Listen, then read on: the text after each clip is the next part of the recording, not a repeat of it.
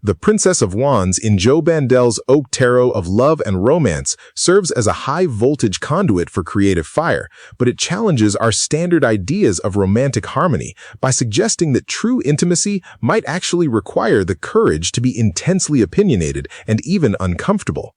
It's a striking image, a young woman in flowing robes standing before a mirror, surrounded by floating sparks of wands, with a massive oak tree providing the background weight.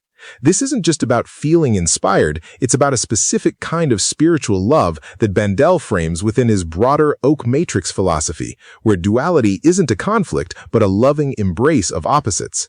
We have to look at why this card, published just this year in May 2026, places so much emphasis on the mirror and the act of looking back at oneself. The mirror is the soul of this card because the Princess of Wands represents the earthly part of fire. In traditional systems like the Thoth deck or the Hermetic traditions Bandel draws from, the princesses or pages are the final manifestation of their element. They're the point where the raw, explosive energy of the ace finally hits the ground. When you see her looking into that mirror, she isn't being vain. She's reflecting truth clearly. Bandel's text specifically mentions that she sees into hidden worlds.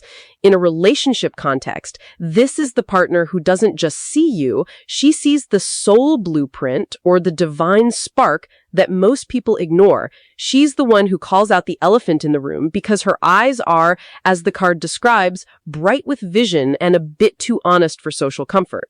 That honesty feels like it could be a double-edged sword. If she's opinionated and full of creative fire, as the guidebook says, does that create a dynamic where she's constantly challenging the partner? It seems like it would be exhausting to be in a relationship with someone who refuses to be lukewarm or just go along to get along. Bandel mentions that she encourages you to express your vision even when it makes others uncomfortable. That sounds like a recipe for constant friction, not the loving embrace he usually talks about. It's friction that generates heat, though. Bandel's oak matrix philosophy actually rejects the idea that a lack of conflict equals a good relationship. He calls that toxic brainwashing, or duality is war, where one person has to suppress themselves to keep the peace. The Princess of Wands is the antidote to that. She represents the freedom we gain when we release old restrictions. In the imagery, sparks fly from her hands while she paints or plays music. Her self-expression is literally an energetic event. If you're the partner, her fire can either light you up or feel like it's burning your house down. But the crucial part of the card is the oak tree standing nearby. In Norse and Celtic traditions, the oak is the symbol of endurance and grounded reality. It provides the structural integrity that keeps her creative fire from becoming mere chaos. She's bold and risky, but she's rooted in a truth that's older than the current moment. Let's break down that female experience mentioned in the text, the idea of feeling inspired and alive even when self-expression feels risky. In a modern dating world where we're often told to be chill or not too much, the Princess of Wands seems to be saying the opposite. She's standing there with her face passionate and her breathing quick with inspiration. It's almost a defiant stance. Is Bandel suggesting that for a woman to truly love, she first has to be willing to be too much for the wrong person? Absolutely. He often talks about reclaiming internal authority. If a woman is suppressing her creative gold, those vibrant teals and oranges we see in the card, just to fit into a relationship, she's leaking energy. Bandel's work often references the idea that where your attention goes, your energy flows. If her attention is fixed on her mirror, on her own truth, she becomes a magnetic spiral, which is a term Bandel uses for this kind of intense spiritual frequency. For the woman reading this card, the message is that her devotion only works when her heart is open, but her heart only opens when she's allowed to be her most artistic, opinionated self. It's a call to stop being wishy-washy, which is a shadow trait often associated with the princess cards when they're out of balance. Instead, she needs to be violent, sudden, and implacable in her commitment to her vision. Much like the Polynesian volcano goddess, images Bandel sometimes links to this energy. And then there's the male experience side of it, being drawn to that spirit, but also noticing things others miss. That sounds like a warning or a challenge for the masculine archetype in the relationship. If he's drawn to her fire, he has to be able to handle the voltage, as Bandel puts it. In the Prince of Wands card, which is the counterpart here, we see a rugged protector who might struggle to articulate his vulnerability. So if you have this princess who is all vision and sparks, and a prince who is all action and earth, how do they actually meet? The card shows 3 smaller wands floating around her like sparks. Why 3? Is that the union of opposites dynamic? The number 3 in many esoteric systems, including the one Bandel uses, represents the third way, or the manifestation that comes from 2 opposing forces. You have the individual, you have the partner, and the third wand is the relationship itself, the creative spark they generate together. But notice she's holding one vibrant wand herself. She doesn't need the partner to be creative. She is the source. The male experience of this card is about learning to appreciate that independence.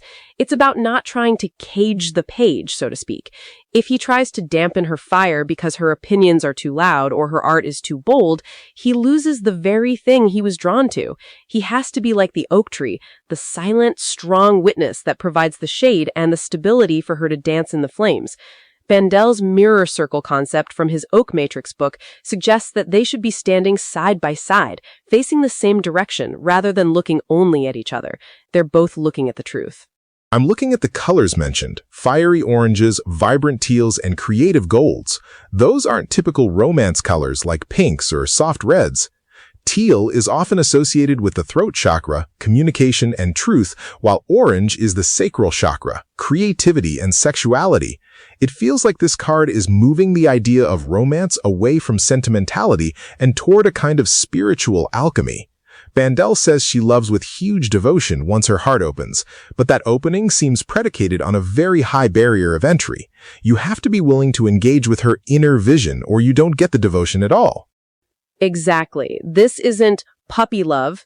Bandel distinguishes between the puppy love version of the self and the oak version. The Princess of Wands is the transition point. She's young, yes, but she's tapping into an ancient power. Think about the oak tree again. It takes hundreds of years to reach full maturity, but even as a sapling, it has the blueprint of the giant it will become. This card is about that soul blueprint.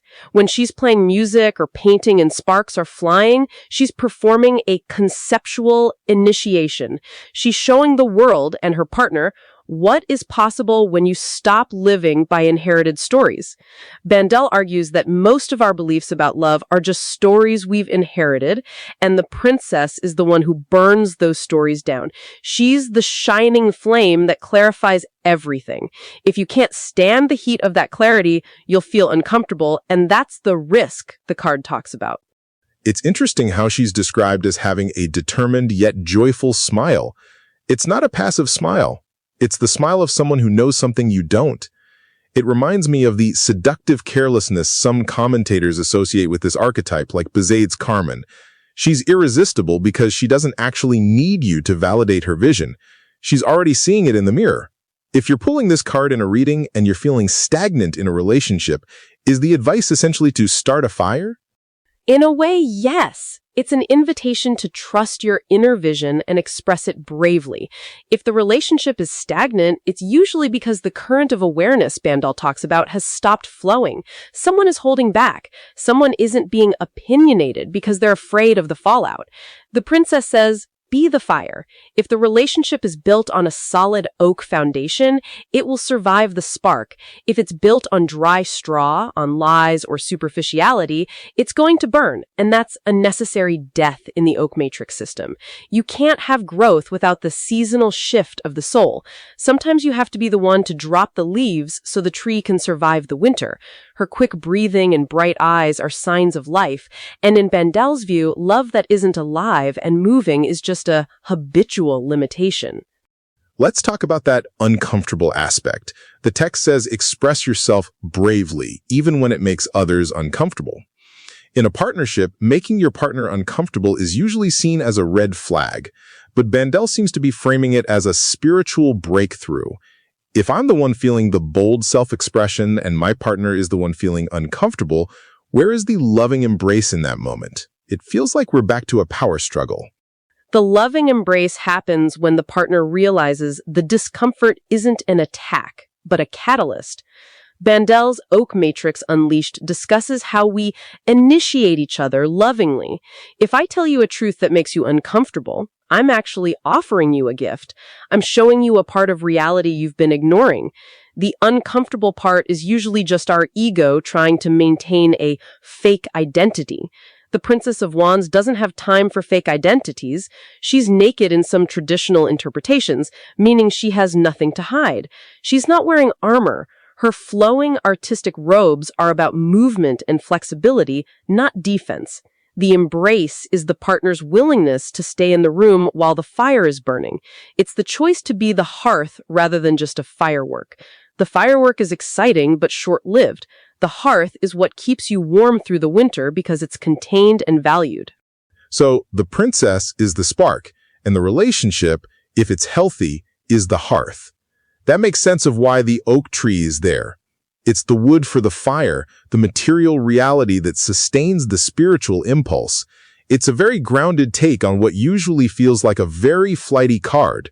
Usually the page or Princess of Wands is seen as someone who starts 100 projects and finishes none, the wishy-washy shadow you mentioned. But Bandel's focus on truth and intuition gives her a lot more weight. She's not just a dreamer, she's a truth reflector. And that truth reflecting is why she's standing before a mirror. She's checking her own alignment. Bandel says, where your attention goes, your energy flows. And if she's looking at herself, she's ensuring she isn't leaking energy to external demands like social media or government conformity, topics Bandel is quite vocal about. In a romance, this means she won't conform to her partner's expectations just to keep the peace. She's a sovereign being. This can be polarizing, as some of the 2026 reviews of the deck have noted. She isn't a helper archetype. She is a creator.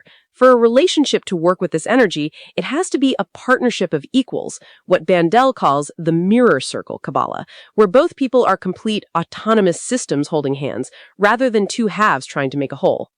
It's a high bar for intimacy. It requires a lot of spiritual bravery to let someone be that loud and that opinionated without feeling threatened. But the payoff, as the card suggests, is a love with huge devotion. It's the difference between a connection based on convenience and one based on a soul-level connection. The Princess of Wands is that initial chaotic spark that has the potential to become an enduring refuge. You just have to be willing to walk through the fire first. And trust that the grove is patient. The oak doesn't grow overnight, and neither does this kind of love. It requires the slow, beautiful movement toward wholeness. Whether you're the one feeling the fire or the one drawn to it, the card is a reminder that the embrace was always here. You just have to have the vision to see it and the courage to express it. It's about being alive in the most radical sense of the word. If this look into the fiery spirit of the Princess of Wands resonated with you, consider sharing this episode with someone who isn't afraid to be a little too much.